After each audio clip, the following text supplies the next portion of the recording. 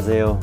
이민창입니다. 이 시간은 일반인의 사주를 하나 풀어보도록 하겠습니다. 사주는 기유년 을해월 병오일 기해시에 해당합니다. 이 사주는 해월에 해시고 또 금생수하고 있어 매우 태왕합니다. 특히 이 등령을 하고 있습니다. 수가 태왕하면은 수와 반대편에 있는 화를 찾습니다. 그래서 이 사주에 화가 병오로 있습니다. 즉 이 사주의 용신은 화가 용신이 되는 것입니다.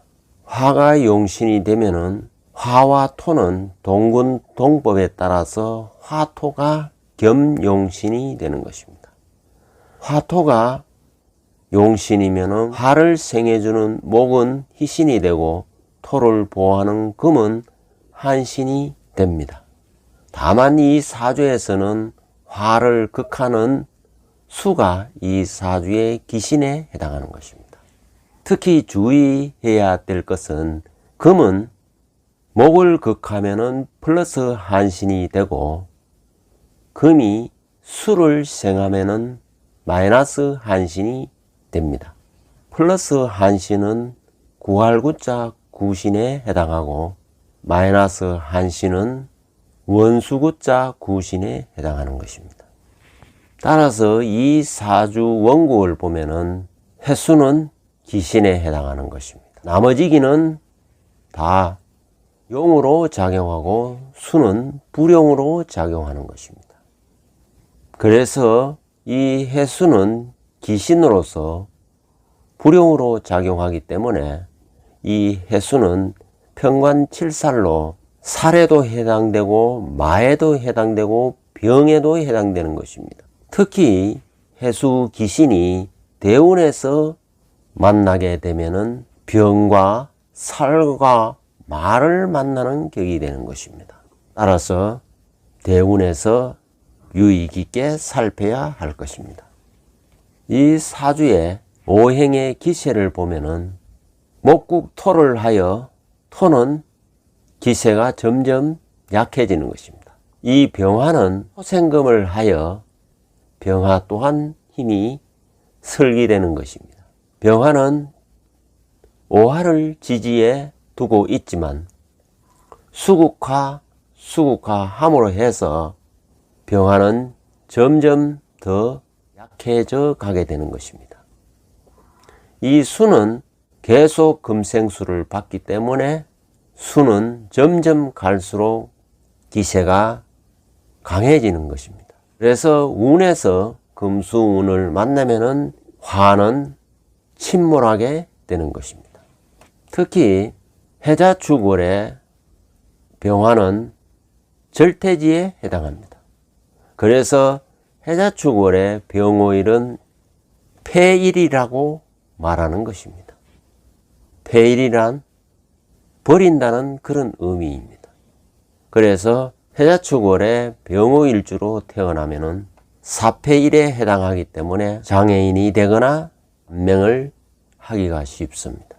특히 병화는 병지에 해당하는 신금을 만나면은 절벽이나 흙구덩이에 혹은 물구덩이에 추락사를 당하거나 장애인이 되기 쉬운 것입니다. 대운을 보면은 갑술, 계유, 임신, 신미, 경호, 기사 금운에서 출발하여 화운으로 가고 있습니다.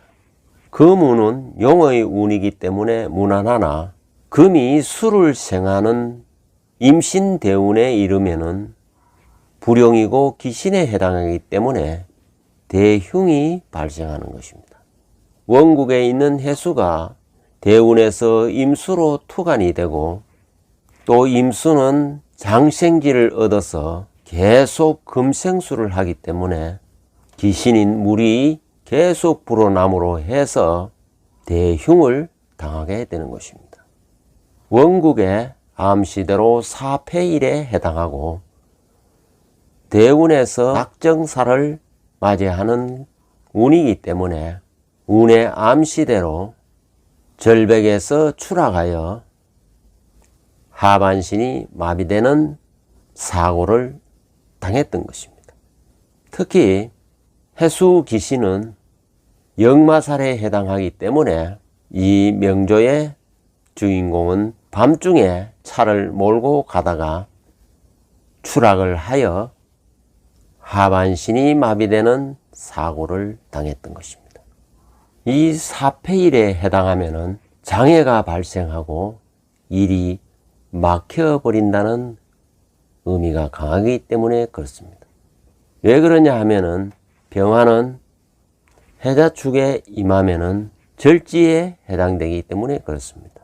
다만 절벽에서 추락 사고를 당했음에도 불구하고 바로 해중에 간목이 있기 때문에 목숨을 건질 수 있었던 것입니다.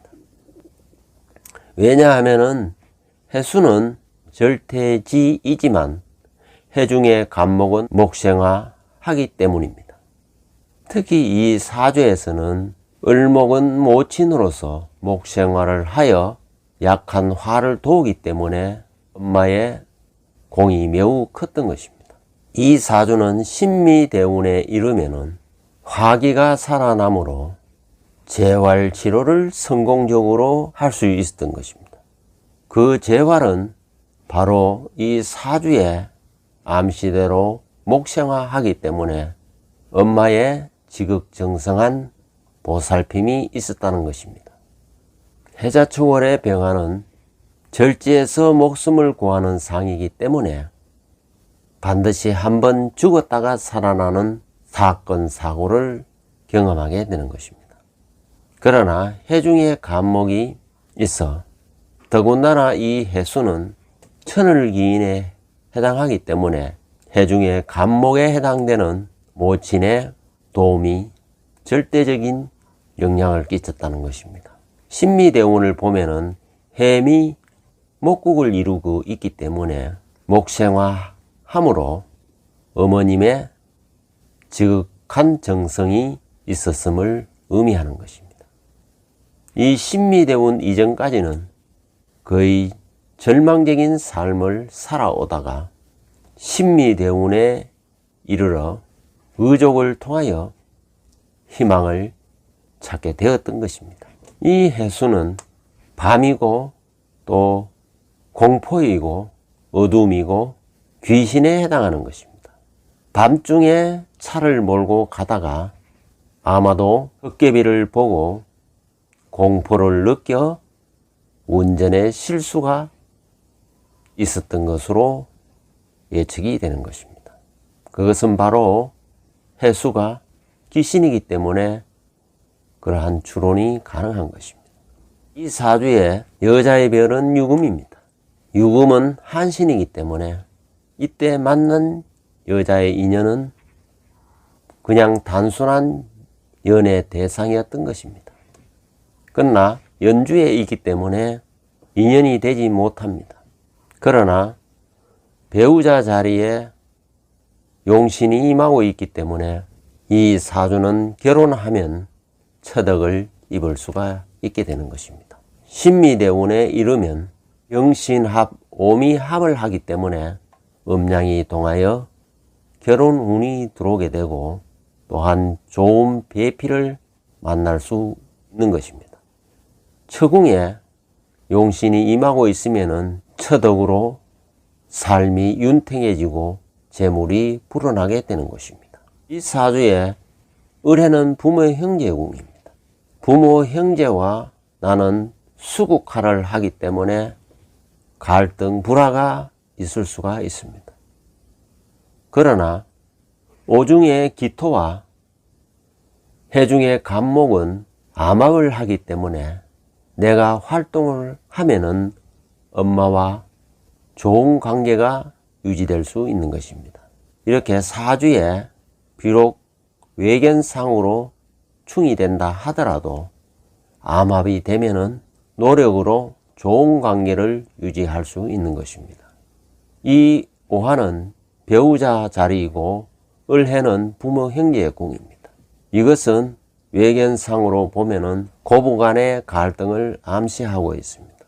그러나 오하의 지장간은 병기정이고 해수의 지장간은 무갑임인데 갑기로 암합하고 정임으로 암합을 하고 있어 외견상 충과 달리 매우 유정한 관계 유지가 가능하다는 것을 의미하는 것입니다. 이것은 처가 자식을 낳고 그러면은 나의 엄마와 각기 합의되기 때문에 좋은 관계를 유지할 수 있다는 것입니다. 즉 자식을 낳아서 엄마가 길러주게 되면은 갑기 합의 유정한 관계가 형성이 되는 것이고, 임수 또한 나의 아들이 되기 때문에 엄마궁에 배속이 되면은, 즉 모친이 손자를 봐주게 되면은 부모 형제 간의 관계도 좋아진다는 것을 암시하는 것입니다.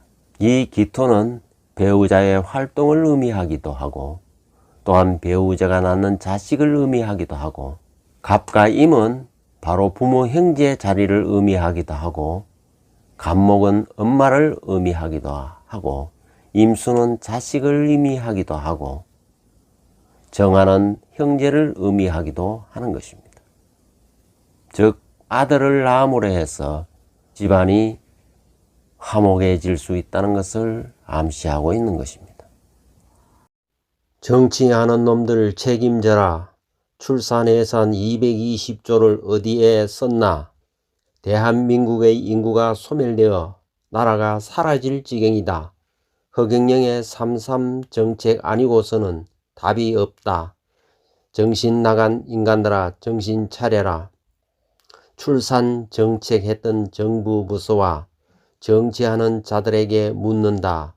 예산은 다 어디 갔나? 설명해라. 먼저 입이 있으면 문재인부터 말해봐라. 허경영이 말한 대로 직접 지원했어야지. 임산부에게 1억 원씩 주어도 되는 돈을 어디에다 다 쓴 거야. 국가에 돈이 없는 것이 아니라 도둑놈이 많다는 것이 확실하네. 교수, 박사, 정치 나부랭이 다 소용없어. 허경영의 출산 정책대로 하란 말이야. 그래야 산다.